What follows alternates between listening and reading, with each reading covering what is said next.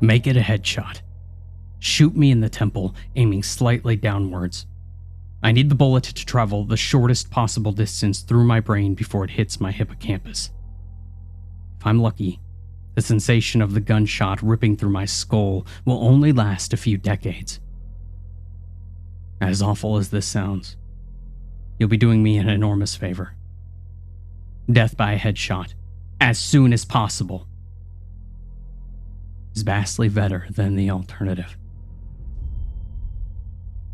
My ordeal started over 10,000 years ago, at 10:15 this morning. I earn extra money by participating in drug trials. I'm a so-called healthy subject who takes experimental drugs to help assess side effects. Once it was a kidney drug, and a few times it's been something for blood pressure or cholesterol. This morning, they told me that the drug that I took was a psychoactive substance intended to accelerate brain function. None of the drugs that I tested so far have ever done anything for me, in the recreational sense. In other words, none of the drugs that I've tested have given me a killer buzz or mellowed me out or anything. Maybe I've always ended up in the placebo group, but nothing I've tested has affected me at all. Today's drug was different. That shit worked. They gave me a pill at 10:15 and told me to hang out in the waiting room until they called me back for some tests. Only about 30 minutes, the research assistant told me. And I flopped onto the waiting room couch and I read a few articles from a copy of Psychology Today that was sitting on the coffee table. They hadn't called me back when I finished reading Psychology Today, so I picked up a US News and read it cover to cover. Then I read an old Scientific American. What was taking them so damn long? I sluggishly turned my head to look at the wall clock. It was only 10:23 a.m. I had read all 3 magazines in 8 minutes. I remember thinking this was going to be a long day.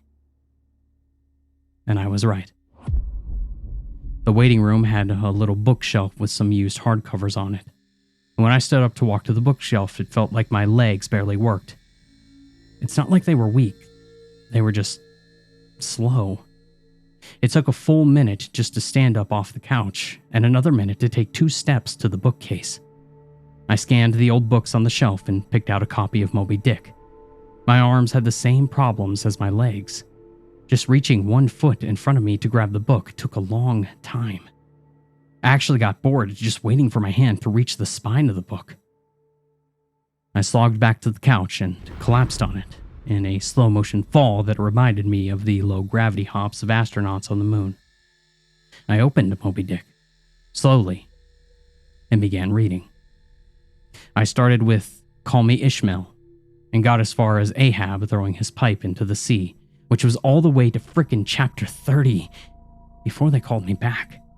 How are you feeling? The research assistant asked me. I feel slow, I said. Actually, it's the other way around. Everything just seems slow because you're so fast. Your body just seems like it's moving slowly because your brain is fast. Your brain is running 10 or 20 times faster than normal. You were thinking and perceiving reality in an accelerated pace, but your body is still constrained by the laws of biomechanics. Frankly, you're moving much faster than a normal person, he pantomimed a jogging motion. But your brain is running so much faster right now that even your fast walking seems very slow to you. I thought about my slow-motion flop onto the waiting room couch. Even if my muscles had slowed down, my body would still react to gravity the same way. But in the waiting room, I even fell in slow motion. Slow muscles could explain why gravity seemed weaker. My brain was just going at warp 10. That's how I managed to read 3 magazines in the first 30 chapters of Moby Dick in 15 minutes. They ran a series of tests on me. The physical tests were fun. They made me juggle 3 balls, and then 4, and then 6. And I had no problem keeping 6 balls in the air because they seemed to be moving so slow. And it was boring, frankly, waiting for each ball to move through the arc so I could catch it with my slow-motion hands, and then toss it back into the air. They threw Cheerios in the air, and I caught them with chopsticks. They dropped a handful of coins, and I counted the total value before they hit the ground. The cognitive tests were less fun, but very illuminating. Finish a 50-word search. Did it in 3 seconds. Solve an intricate maze drawn into a poster-sized paper. Did that in 2 seconds. View a slideshow projected at 10 images per second and answer detailed questions about what I saw. 95% accuracy. They told me I measured over 250 on the Knopf scale. Apparently, that's deeper into superhuman range of thinking speeds. And then they sent me home. It'll wear off in a few hours, I said, which will seem like days to you. Try to use the residual effects to get some work done. Catch up on some work emails while you're still in high-speed mode. The ride home was horrible. It was only 3 metro stops, and in real-world time, it only took about 35 minutes. But in my drug-accelerated hypertime, it felt like days. Days. Just walking out of the medical research suite to the elevator seemed like it took an hour. I sprinted out of the office, willing my legs to push me faster, but the laws of biomechanics held me prisoner. As accelerated as my brain was, I couldn't do anything to make my legs work faster. The huge disconnect between my body and mind made it extremely difficult to judge how and when to slow down, turn, or even rotate my body.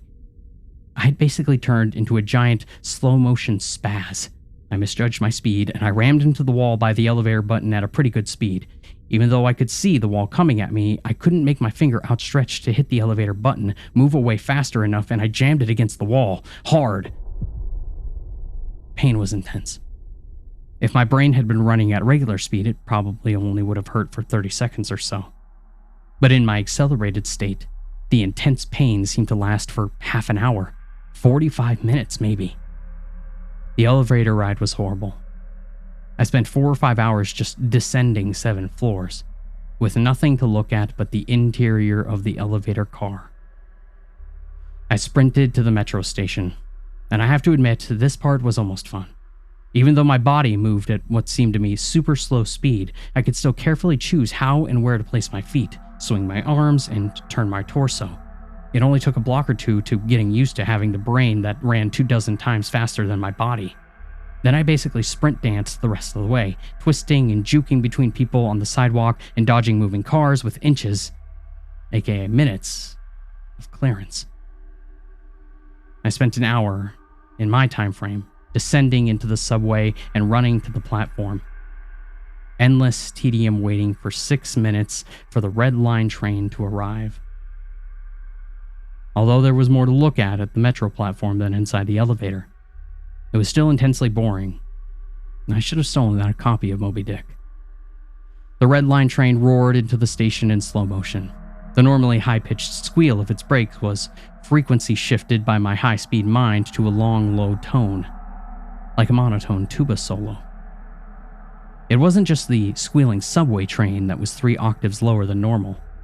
All sound was slowed, to the point of near inaudibility. Voices were gone, shifted below the threshold frequency of my hearing. I did manage to hear a screaming baby on my subway car. Her shrieks slowed to sound like whale songs. Sharp sounds like car horns and trucks bouncing over potholes were low, muddied roars like distant thunder. Back in the research offices, I could still hear and communicate with the research staff, but now verbal communication with anyone would be impossible. The effects of the drug was still intensifying. I spent what seemed like days on that fucking red line train. Days, listening to the whale song of the screaming baby and the tuba solo of the brakes. Where ordinary voices were frequency shifted out of my audio range, smells didn't seem to be affected. I never became nose blind to the body odor. The stench of the train brakes, the melange of farts and other smells wafting through the metro car. And I finally got back to my apartment. Sprinting through my open door and into the front hall at full speed was like a slow, relaxing drift down a lazy river. I was relieved to be home. At least I had stuff to do here. I picked up a book that I was reading, 100 Years of Solitude, and I finished it. Despite turning the pages so quickly that I tore many of them, it seemed like most of the time I spent finishing the book was spent on page turning and not actually reading. 3 minutes had passed since I got home. I tried surfing the internet. My God, it takes a long time for computers to boot these days. But it was too frustratingly slow. Hours, seemingly, to load each page, and a fraction of a second to read it. 100 articles in my newsfeed read, and just 3 more minutes done. I dipped into my pile of yet-to-be-read books and finished 2 more. 4 more minutes had passed. I decided to try to sleep off the remaining effects of the drug. Unfortunately, whatever part of my mind is responsible for perception, the part that's been accelerated to hyperspeeds by the drug, isn't the same as the part that governs sleep. Despite being awake for what I perceived as days, my physical brain still thought that it was 1:25 p.m. I was not ready for sleep. Nevertheless, I tried to sleep. I walked to my bedroom, a slow 45-minute drift through my apartment, and flung myself into bed, lazily falling like a feather onto the mattress. I closed my eyes and I lay there for hours and hours, 10 minutes of reality time, before giving up. Sleep would not come. I was facing what was going to feel like days or maybe even weeks of being trapped in a slow-motion prison. So I took an Ambien. The sensation of the pill and the splash of water I used to swallow it sliding down my throat was sickening. A lump that blocked my breathing, moving like a slug down my esophagus. I read a book. 10 minutes had passed. I read another. 18 minutes since I took the Ambien. I threw the book across the room in disgust at my situation. The book slowly pirouetted and spun through the air like a leaf blowing in a breeze. It hit the wall with a long, faint rumble. The only sound that I had heard for what seemed like hours. Then drifted to the floor like a flip-flop sinking in a swimming pool. The force of gravity had changed since I took the pill. The laws of physics were the same. It was just my perception of time that had gone wackadoo. This meant I could use the speed things seemed to fall as a way of judging the effects of the drug. Based on how long it took the book to drift to the floor, I estimated the effects of the drug were still intensifying. I read a magazine. I turned on the television. I clearly saw each frame of video like I was watching a slideshow. Frustrated, I turned the television off. And I read some more. The first 2 books of Churchill's A History of English-Speaking Peoples, not exactly a light read. And frankly, I hated it. But given the hours of tedium it would take to go get another book off my bookshelf, just sitting on the couch and reading Churchill was better. Or at least less worse. It had now been 30 minutes since I took the Ambien. I lay down on the couch and I closed my eyes. Time passed. I inhaled, an hours-long process. Time passed. I exhaled for more hours. Sleep would not come. I needed a new plan. I decided to go back to the offices where they gave me the drug. Maybe they would have something that could counteract its effects, or at least something to knock me out until it wore off. I exited my apartment as fast as possible, taking hours in my time frame to do so. I didn't even bother locking the door. It would have taken too long. Down the stairs. It's faster than the elevator if you run. Through the lobby, out the front door, and onto the street. These few things felt like a long day at the office. Sprinting down the street, dancing and weaving between pedestrians with what must have looked like to them superhuman dexterity. Down the first flight of stairs at the metro. Across the landing. Another hour. Then on to the second flight of stairs. And that's when the Ambien hit me. The Ambien didn't make me sleepy. Not at all. Instead, it must have a severe cross-reaction with the experimental drug that I took this morning. I was bounding down the second flight of stairs, moving in slow motion but still making perceptible progress, and then wham! Everything stopped. The dull roar of the street and metro noises ceased, replaced by the most perfect silence I've ever experienced. My downwards motion seemed to completely freeze. And before the Ambien kicked in, my perception of time was maybe a few hundred times slower than real time. And after the Ambien took effect, time moved thousands of times slower. Every second seemed like days to me. Even just moving my eyes to focus on the new point was like an impossibly slow scroll across my visual field. Over the course of the afternoon, I learned how to walk, run, and jump when my mind ran hundreds of times faster than my body. But with another 4 or 5 orders of magnitude of slowdown caused by the Ambien, body control was almost impossible. I fell on the stairs. Even though I was all but frozen in mid-step, controlling my muscles was impossible. I commanded my foot forward for hours, then backwards for hours more when it seemed like I would miss the next step. Hours attempting to adjust the angle of my ankle, then readjusting when it felt wrong. And despite these efforts, I rolled my ankle on the next step. The pain wasn't at all mitigated by the slowness. Hours of increasing strain on my bent ankle. The nerve signals that send pain into the brain must work differently than the nerves in my ear. Sonic energy was spread out over time, diluting until it was imperceptible. Pain flowed into my brain, undulated by the change in my perception of time. Hours and hours of increasing weight on my turned ankle turned into hours of increasing pain upon my increasing pain. I pitched forward, my high-speed mind completely unable to control my low-speed body. I drifted downwards for days, managing to rotate my torso enough to keep my head from impacting the ground first. I eventually landed on my right shoulder, and at first the impact wasn't even noticeable. And then I felt a slight pressure in my shoulder as it came in contact with the ground. The pressure grew, bringing increasing pain for hour upon hour. My shoulder finally gave out, popping out of its socket with an endless, sickening tug. I came to a stop days later, crumpled onto the ground, staring at the ceiling. The pain in my shoulder still screaming with the intensity of a fresh, violent injury. I had plenty of time to think during that fall. If every second seemed like days to me, then each minute of real-world time would be like years. Even if the drug cleared out of my system in the next 2 or 3 hours, this nightmare would seem to last centuries. By the time I hit the ground, I had a plan. I would somehow get to the platform and throw myself in front of a train.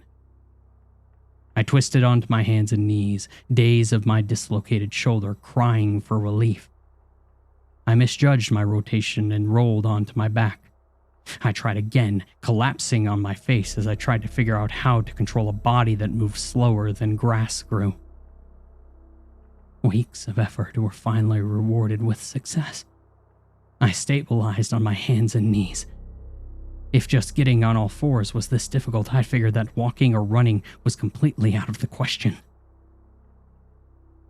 And so I crawled. I crawled through the metro tunnel. The dumb looks on the faces in the crowd lingered on me for weeks. I crawled under the turnstile and onto the escalator. The escalator spilled the rush hour crowd onto the platform at the same speed a glacier spills ice into the sea. I looked out over the crowded platform during my interminable downward ride. Train status sign said the next train wouldn't arrive for 20 minutes. 20 minutes was like a year to me. I'd have to spend a year on the metro platform, waiting to die. I crawled off the escalator, enduring days of stupid expression on the commuters' faces. I crawled a few feet to a concrete bench and curled up next to it, trying to find a position to lessen the pain in my shoulder. And then my problem with time got worse. Impossibly worse. The massive slowdown on the stairs was just the beginning of the interaction between the experimental drug and the Ambien. It fully hit me while I was curled up on the bench. And I blinked. Years of darkness followed. Sound was already gone, and with my blink, sight was gone as well. All that existed was the pain from my fall. My hyper-accelerated mind wasted no time compensating for the lack of sensory input. Voices spoke to me. They sung to me in languages that never existed. Patterns and faces and colors came and went in my mind's eye. I recalled my whole life and imagined living another. I forgot English. I settled into a profound despair. I spoke to God. I became God. I imagined a new universe and brought it to life with my thoughts. Then I did it again and again. And my eyes opened with geologic slowness. A faint glow. Weeks. A slit of light. Weeks. A narrow view of the metro platform. Ankles of the commuters near me and an advertisement on the opposite wall. I extracted my phone from my pocket. A project that spanned decades. I extracted my phone from my pocket. A project that spanned decades. How can I even explain the boredom? The pain in my shoulder is nothing compared to the boredom. Every thought that I can think, I have thought hundreds of times already. The view of ankles and advertisements never changes. Never. The boredom is so intense, it's tangible. Like a solid object of metal and stone wedged into my skull. Inescapable. What are my options? If I crawl and fall onto the tracks without an oncoming train to crush me, I won't die. I'll experience even more pain from the 4-foot fall, but I'll most likely be rescued by some do-gooder on the platform and unable to act when the train finally does arrive. My suffering in that scenario will be endless. So I wait for the train, so I can throw myself under it. And when it finally hits me, I will experience the pain of being ripped to pieces for centuries until finally, the light of life leaves my brain, and my experience ends. I have lived hundreds of lifetimes on the foot of this bench. I am far older in spirit than any human who has ever lived. Most of my life experience has been a snapshot of pain huddled on the floor of a subway platform, with an unchanging view of ankles and advertisements. This post is my plan B, my Hail Mary, my long shot. I've spent lifetimes typing and posting this message in the hope that someone will read it and become convinced that my suffering must end. Someone on this platform right now. Someone who will find the man curled under the bench, the man who crawled down the escalator, and kill him as swiftly as possible. A bullet to the temple. If you are armed and at the Glenmont Metro, please shoot me.